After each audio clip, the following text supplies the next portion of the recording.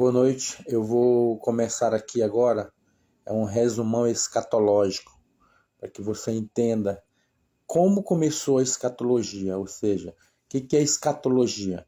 Escatologia são os acontecimentos dos últimos tempos, dos últimos dias, o que vai acontecer. E um detalhe, não existe nenhuma profecia que não se cumpriu, a não ser o Apocalipse e o arrebatamento da igreja. Então, nós vamos começar. Hoje eu vou começar a série Escatologia, tá bom? Então, se você quiser me seguir, você me segue e você vai aprender um pouco sobre essas coisas. Eu não vou, como eu dou aula desse assunto, detalhadamente. Vou fazer um resumão para você entender. E se você tiver alguma pergunta, depois você coloca lá, tá? E eu vou responder no outro vídeo, você vai me acompanhando aí no canal. Quando você entrar no meu canal, você vai ver que você vai conseguir ter todas as respostas escatológicas, tá bom? Não tem segredo, a Bíblia não tem segredo, a escatologia não tem segredo. É uma questão de visão, iluminação, tá, de Deus para que a gente possa entender. Então, a escatologia começa com o livro de Daniel. O livro de Daniel é a base da escatologia. Lá começa tudo. Tá?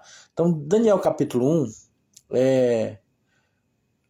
o capítulo 1 a gente já sabe que fala que Nabucodonosor foi lá, destruiu Israel por causa do pecado deles, né?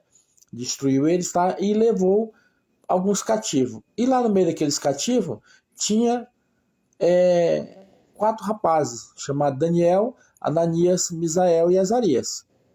E eles foram escolhidos para servir a mesa do rei, né? E o rei deu um nome diferente para eles: Daniel, Beltesazar, Ananias, Sadraque, Misael, Mesaque e Azarias, Abednego, tá bom? Então os 3 amigos de Daniel ficaram um pouco separados dele, mas a história começa aí. Então, Nabucodonosor, no capítulo 2, Nabucodonosor foi um rei que governou o mundo, tá? Ele governou o mundo. Você vai ver essa história no livro de Daniel, capítulo 2. Daniel são 12 capítulos. Então você pode ir lá e ler essa história. Eu estou contando para você aqui, tá? Só que é um resumo. Então Nabucodonosor, no capítulo 2, ele tem um sonho. Ele teve um sonho e ficou perturbado. Por quê? Porque ele não conseguia lembrar do sonho. Então, como ele não conseguia lembrar do sonho, ficou perturbado. Aí ele chama todos os sábios de Babilônia. Olha só, aí eu vou ler algumas partes aqui para você entender. Ele chama todos os sábios de Babilônia e os sábios de Babilônia não conseguem revelar para ele os sonhos, né? E ele diz assim, ó: e os caldeus disseram ao rei, em aramaico: ó rei, vive eternamente, diz o sonho a teus servos e daremos interpretação. Só respondeu o rei e disse aos caldeus, eu estou lendo capítulo 2, versículo 5 agora: o assunto me tem escapado, ou seja, eu não lembro do sonho. Só que eu quero que vocês que são sábios, rei meio louco, né? Ele disse, eu quero saber o meu sonho. Como é que você vai saber o sonho que alguém sonhou? Olha só. E aí ele respondeu o rei e disse aos caldeus: o assunto me tem escapado, e não me fizer saber o sonho e a sua interpretação, sereis despedaçados, e as vossas casas serão feitas um monturo. Ou seja, que ele destruiu os caras tinham que revelar o sonho para ele. E aí eles disseram para eles: mas se vós me declarardes o sonho e sua interpretação, recebereis de mim dádivas, recompensas e grande honra. Portanto, declarai-me o sonho e a sua interpretação. Rapaz, é correr de louco, né? Vocês têm que me falar o que eu sonhei, que eu esqueci, e a sua interpretação. Entendeu? Aí os magos, os sábios, os astrólogos, toda aquela cúpula de cientistas, de sábios, responderam a segunda vez dizendo: diga ao rei o sonho, seus servos, e daremos a sua interpretação. Versículo 8, capítulo 2. Respondeu o rei e disse: percebo muito bem que vós quereis ganhar tempo, porque vedes que o assunto me tem escapado. De modo que, se não me fizerdes saber o sonho, uma só é a sentença: a morte. Bom, e aí eles não sabem o sonho, claro, ninguém sabe o sonho do outro, né? E nem a sua interpretação. Então, o rei ficou muito irado e saiu o decreto. O versículo 13: e saiu o decreto segundo a qual deviam ser mortos todos os sábios.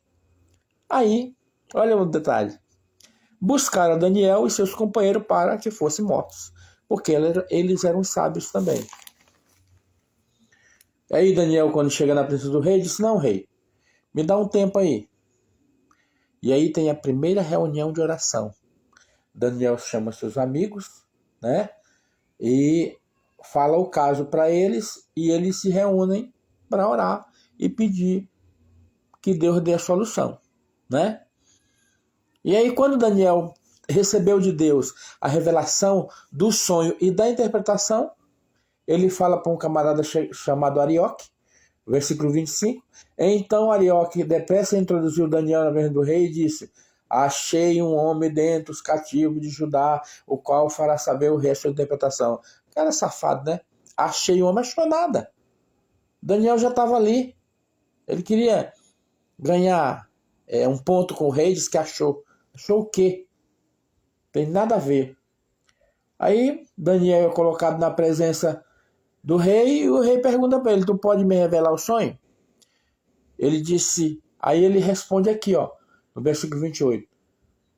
Respondeu Daniel na presença do rei, versículo 27. O segredo que o rei requer, nem sábio, nem astrólogo, nem mago, nem adivinho pode declarar ao rei. Daniel foi direto com ele. Ninguém pode declarar para você. Mas no 28 ele diz assim: mas há um Deus no céu, o qual revela os mistérios. Ele, pois, fez saber ao rei Nabucodonosor o que há de acontecer nos últimos dias. Olha só, o teu sonho e as visões da tua cabeça que tiveste na tua cama são estes. E aí eu vou ler para vocês, nós vamos acompanhar junto aqui, ó. Estando tu, ó rei, Daniel começa a revelar para ele o que Deus revelou para Daniel. Estando tu, ó rei, na tua cama, subiram os teus pensamentos acerca do que há de ser depois disto. Aquele, pois, que revela os mistérios, fez saber o rei. E a mim me foi revelado esse mistério. Não porque haja em mim mais sabedoria que todos os viventes, mas para que a interpretação se fizesse saber ao rei e para que entendesse os pensamentos do teu coração. Olha só. Tu, reis, estava vendo, e eis aqui uma grande estátua. Esse era o sonho, uma grande estátua. E a estátua, que era imensa, cujo esplendor era excelente, estava em pé diante de ti. E a sua aparência era terrível. Era uma estátua de aspecto assombroso, né? A cabeça daquela estátua era de ouro fino, de ouro fino. Eu estou lendo 32 agora, capítulo 2 de Daniel. O seu peito e os seus braços de prata, e o seu ventre e as suas coxas de cobre, as suas pernas de ferro, e os seus pés em parte de ferro e em parte de barro. Olha só, gente. 5 tipos de material, né? Ouro, prata, cobre, ferro e também uma parte final lá dos pés, lá, parte de ferro e parte de barro. Estava tu vendo isto quando uma pedra foi cortada sem auxílio de mão. De repente ele vê uma pedra vindo do alto dos céus, né? A qual feriu a estátua nos pés e esmiuçou a estátua. Feriu a estátua nos pés de ferro e de barro e os esmiuçou. Então foi juntamente esmiuçado o ferro, o barro, o bronze, né? A prata